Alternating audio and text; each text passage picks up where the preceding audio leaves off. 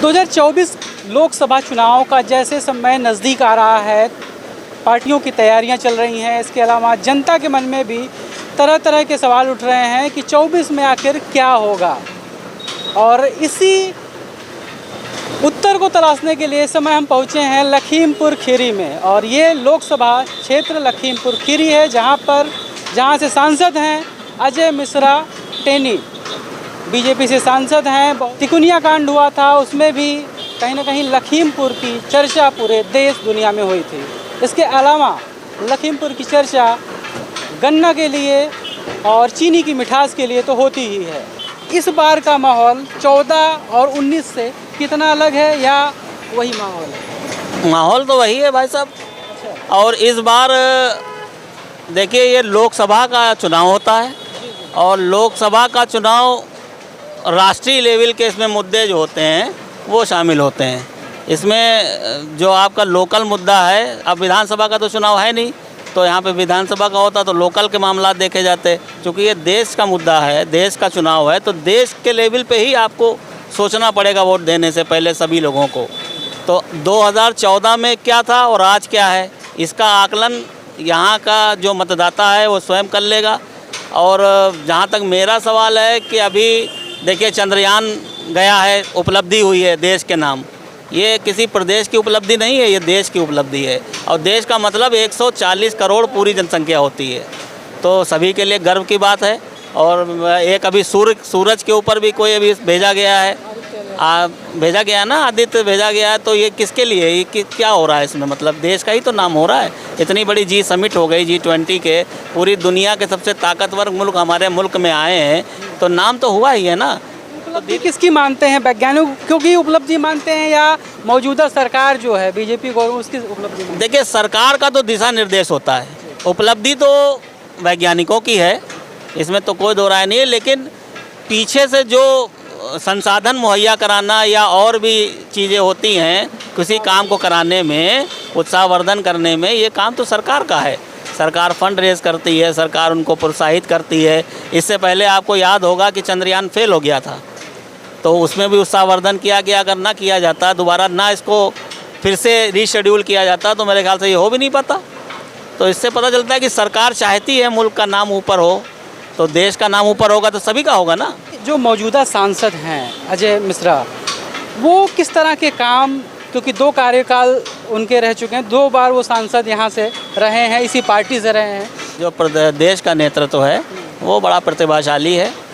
और माननीय आपके जो गृह राज्य मंत्री जी हैं टेनी महाराज, अब यहाँ पर जितना उनके बस का था उन्होंने काम किया है।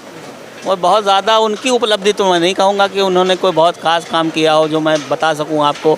जो पुराने से मेडिकल कॉलेज यहाँ बनना, ये पहले से प्रस्तावित था, समाजवादी सरकार में बन गया था।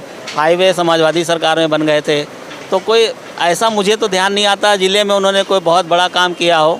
लेकिन ये ज़रूर है कि जिस पार्टी से वो जुड़े हैं, तो उसके जितने भी प्रयास होते हैं धरातल के ऊपर, उसमें वो सक्रिय रूप से रहते हैं शामिल। और अब जनता किस तरीके का मूड है, उनका अपना क्षेत्र पलिया है, बाढ़ग्रस्त है, वहाँ पर अनेकों समस्याएं अभी तक नहीं उसको वो दुरुस्त कर पाए हैं। पड़ोस में दुधवा पार्क है, जिस हिसाब से उसकी फेम होना चाहिए था, वर्ल्ड लेवल पे जितना पर्यटक आने चाहिए थे, जैसा विज़न होता है सरकार का कि हम यहाँ पर पर्यटन क्षेत्र बढ़ाएं, तो ये आप देखें तो हाईवे बने हैं, ओवर ब्रिजेस बनाए जा रहे हैं, डायरेक्ट कनेक्टिविटी सीधी की जा रही है हाईवे से। तो इससे पीछे वजह सरकार का लॉजिक यही होता है कि उस क्षेत्र का पर्यटन बढ़े। तो हमें लगता है उस एरिया में बहुत ज़्यादा काम अभी करने की ज़रूरत है।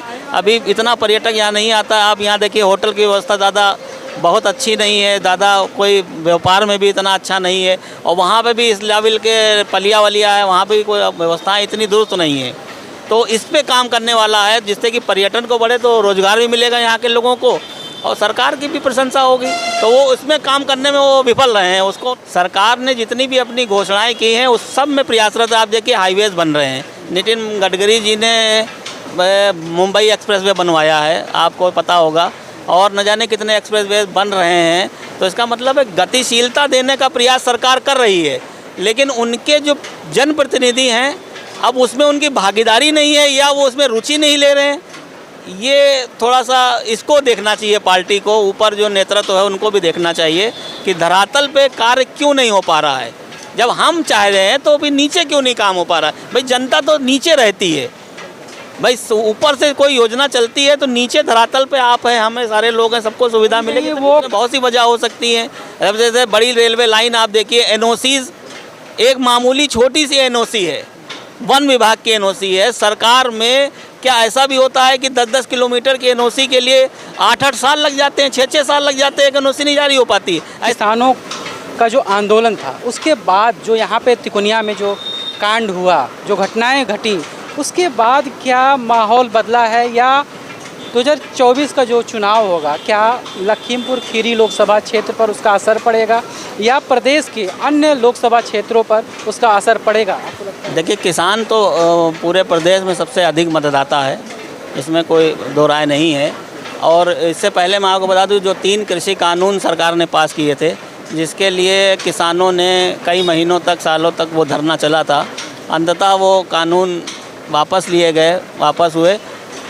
तो कहीं ना कहीं किसानों के मन में ये दुविधा है। देखिए, कोई चीज़ वापस हो जाती है इसका मतलब ये नहीं कि वो रद्द हो गई है। आप कोई चीज़ लागू करें सरकार, उसको वापस ले ले, पहली बात तो ऐसी ज़रूरत ही नहीं होना चाहिए थी। दूसरी बात है, इतना लंबा चूँकि वो आंदोलन चला है तो अब वो किसान उस टाइम सब एकजुट हो गए थे, और हर किसान के मन में ये बात है कि अगर दोबारा सरकार आती है तो हो सकता है फिर किसी रूप में हमको ये कानूनों का सामना करना पड़े। तो कहीं ना कहीं सरकार को इस पर देखना पड़ेगा, और मेरे ख्याल से कोई सही रणनीति बना के किसानों के बीच जाना पड़ेगा, वरना किसानों के मन में जो दुविधा है इसको निकाल पाना बड़ा मुश्किल काम है, और उसका खामियाजा भी मौजूदा सरकार को कहीं ना कहीं उठाना पड़ सकता है। उनकी जो आमदनी है वो दुगनी करने की बात करती है सरकार, क्या किसानों की आमदनी दुगनी हो पाई है? लगातार जो है आत्महत्या की घटनाएं सामने आ रही हैं। आपके लखीमपुर खीरी से ही एक घटना सामने आई है कि बैंक के कर्ज की वजह से एक किसान को जो है हार्ट अटैक आया और उसकी मृत्यु हो गई। बैंक जो है वसूली करने पहुंचा था, कई तरह से प्रताड़ित भी किया गया उनको। तो क्या कहना चाहेंगे, क्या किसानों की आमदनी जो है बढ़ पाई है? देखिए, ये बड़ी दुखद घटनाएं हैं, किसान की हो चाहे बेरोज़गार हो, ये सब चाहते यही है सरकार से।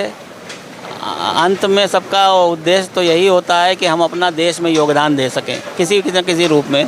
कोई बेरोज़गार है तो वो भी कोई रोज़गार करके अपना सहयोग देना चाहता है, किसान भी देना चाहता है। लेकिन स्थिति ये है कि जो ब्यूरोक्रेसी होती है ये कहीं ना कहीं काम को गड़बड़ा देती है। देखिए, योजनाएं कुछ सही भी होती हैं किसानों के लिए, पूरा उनको लाभ नहीं मिलता। जैसे बीज होता है, सरकारी केंद्रों पे बीज नहीं मिलते हैं, खाद नहीं मिल पाती है समय से, पानी नहीं मिल पाता है, बिजली नहीं मिल पाती है। अब बिजली का मसला ये है कि अब आदमी ने कनेक्शन ले रखा है, बिजली विभाग वाले आते हैं, फॉल्ट हो जाती है, महीनों सालों हो जाते हैं, सही नहीं करते हैं, किसान बेचारा मजबूर होता है डीजल से सिंचाई करने के लिए, तो उसकी लागत बढ़ जाती है। देखिए, जब लागत बढ़ जाएगी आपकी, तो आपकी ज़बरदस्ती वो लागत बढ़ाई जा रही है। आप ध्यान से समझिए इस बात को। अगर आपको प्रॉपर बिजली मिले और आपकी कोई फॉल्ट है या किसान को कोई समस्या है, अगर वो सरकार उसको तुरंत दुरुस्त कर दे, तो मेरे ख्याल से मौजूदा जो रेट है मौजूदा, वो उसमें उसको मुनाफा ही होगा। लेकिन होता क्या है, उल्टा होता है, उसका सब जगह शोषण होता है, पैदावार से लेकर और मंडी तक उसका सिवाय शोषण के कुछ नहीं होता है। तो उसको उस रकम का कोई माने ही नहीं रह जाता है। अब उसको 100 रुपया मिला भी तो उसका शोषण इतना ज़्यादा सब जगह हो रहा है कि वो बचता ही नहीं उसके पास में, तो वो परेशान होता है, कहता हमारी को आय तो कोई बढ़ी नहीं है। बेसिकली आय देखिए बढ़ी, आटा महंगा हुआ है तो जाहिर सी बात है गेहूँ भी महंगा हुआ है।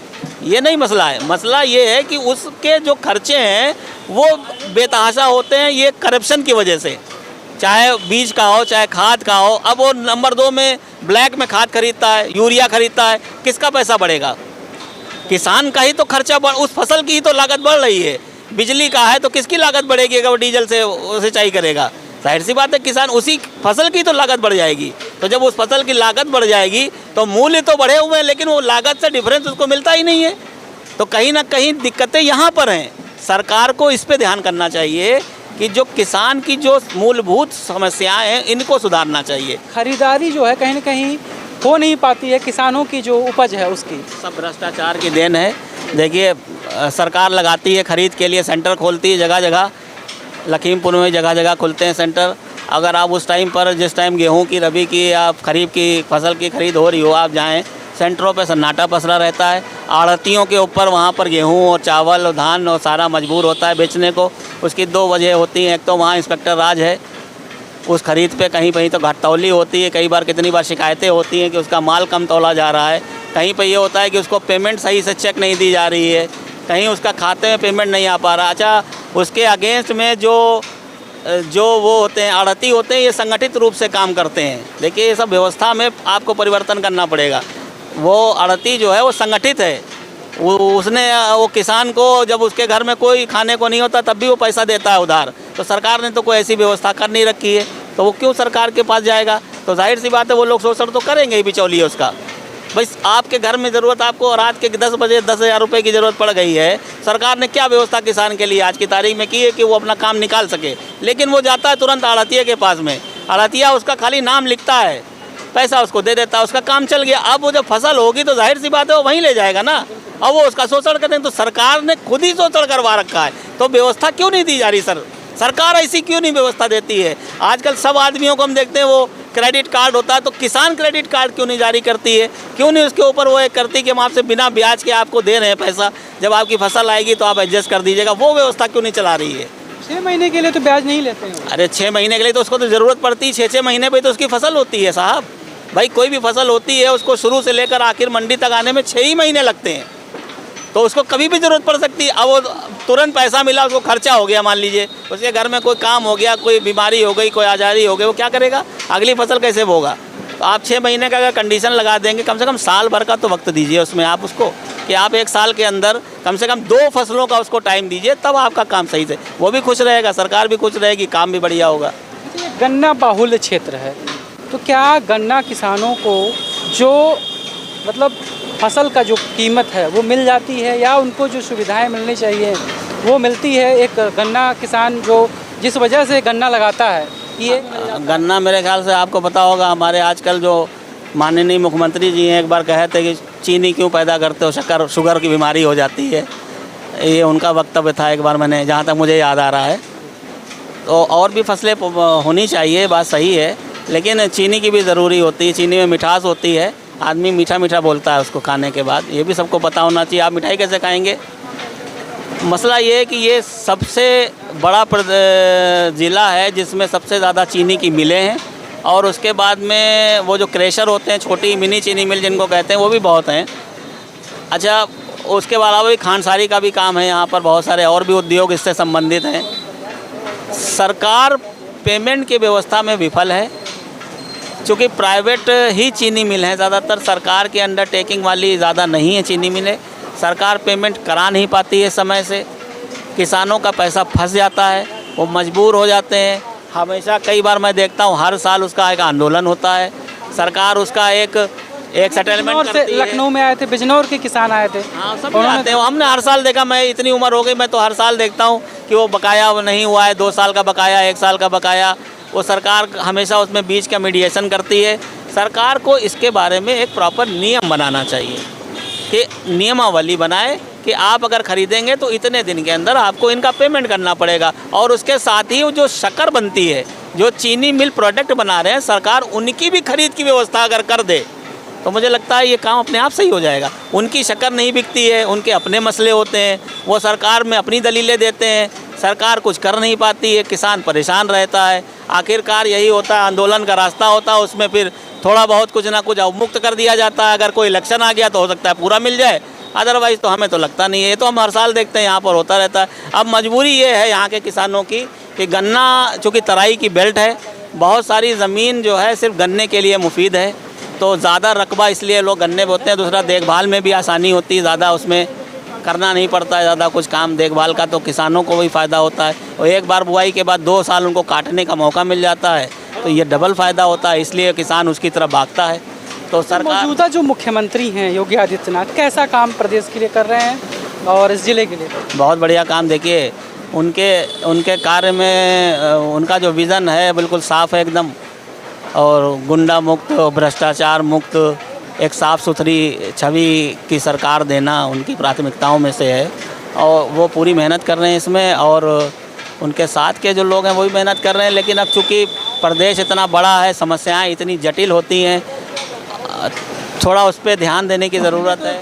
उप मुख्यमंत्री 2 बनाए गए हैं। देखिए उप मुख्यमंत्री जो है, अब ये तो मैं नहीं कह सकता हूँ पावर सेंटर कौन है क्या नहीं है, लेकिन हाँ वो मंत्री ज़रूर हैं, लेकिन अब वो अपने हिसाब से क्या करते हैं क्या नहीं करते, तो बयानबाजी देखते हैं उनकी ज़्यादा होती, काम तो ज़्यादा कुछ करते नहीं है।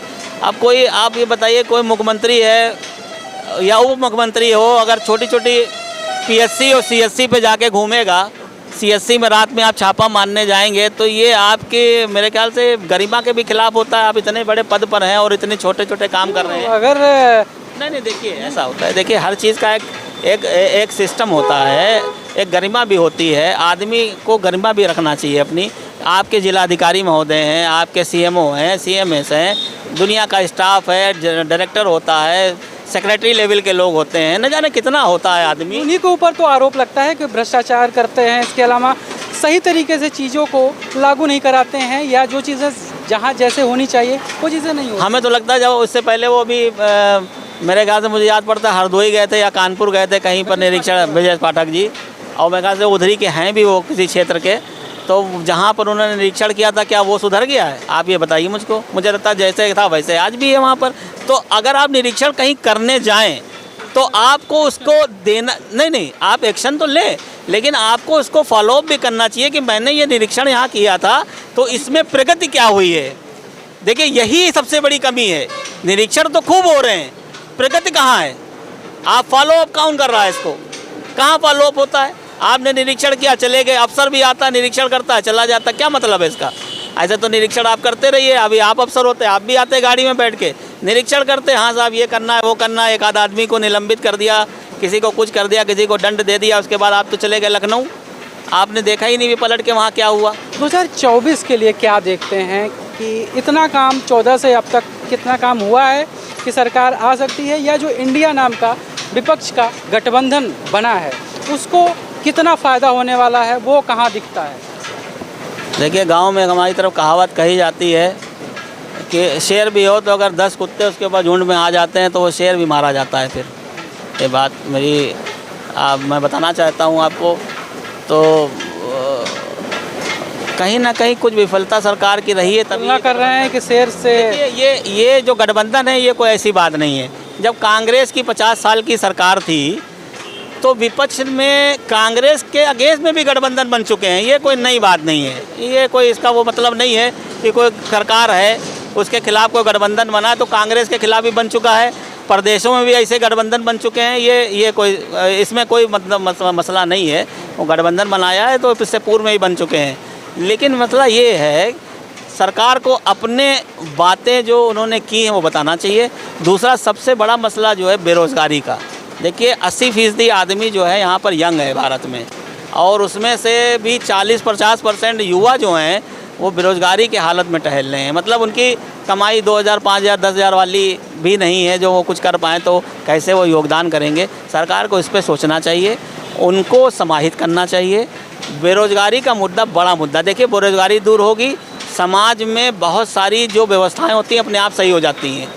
और आप बेरोज़गारी रखेंगे तो छोटी छोटी घटनाएं आप गांव देहातों में भी सुनने में आती हैं, तो उससे बड़ा खराबी आती है, समाज भी ख़राब होता है। और बेरोज़गारी जो है हमको तो लगता है सब चीज़ों की जड़ होती है। आदमी चोरी करता है, डकैती करता है, छिनैती करता है, रहजनी करता है, गले की चेन छीन के भाग रहा है। क्या मतलब है भागने का? उनके पास पैसा नहीं है।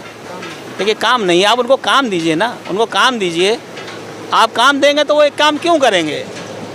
तो बहुत सारी जो कुरीतियाँ हैं जो जन्म लेती हैं, या जो अपराध हैं जो समाज में जन्म ले रहे हैं, वो इसी बेरोज़गारी की वजह से। ये बड़ा दानव है और इस पे हर सरकार को, ये सरकार नहीं जो भी आए सरकार, अगर उसको काम करना चाहिए। और जो सरकारें नहीं कर पा रही तो कम से कम उन युवाओं के बारे में सोचें, उनको कोई मानदेय टाइप की ऐसी चीज़ दें। देखिए तो जो सरकार है उसका पहला दायित्व तो ये है कि हमको वो संभाले। अगर हम बेरोजगार हैं तो इसका मतलब ये नहीं है आप फेल हो गए हैं। अगर आप फेल हो रहे हैं तो भी सरकार ही फेल हो रही है। तो आपका दायित्व है कि हम भी अच्छी तरीके से जीवन जी सकें। सरकार का प्रथम दायित्व ये होना चाहिए कि उसका प्रत्येक नागरिक अच्छी तरीके से ज़िंदगी यापन कर सके। अब यहाँ पर होता ये बेरोज़गारी नहीं होती है, लड़के 40-40 साल के हो जाते हैं, शादियां नहीं होती, उससे असर पड़ता है लड़कियों के ऊपर, लड़कियां घर बैठी रह जाती हैं, दहेज का मसला पड़ जाता है, जब उसके बाद कमाई नहीं है तो दहेज ही तो मांगेगा ससुराल से। बहुत सारी कुरीतियाँ होती हैं इसमें सब। देखिए अगर इसको थोड़ा सुधार दे सरकार, बढ़िया से काम करे इसके ऊपर, अगर यही काम कर दे तो मेरे ख्याल से 80% 70% समस्याएं अपने आप समाप्त हो जाएंगी, क्योंकि युवा बड़ा समझदार है यहाँ।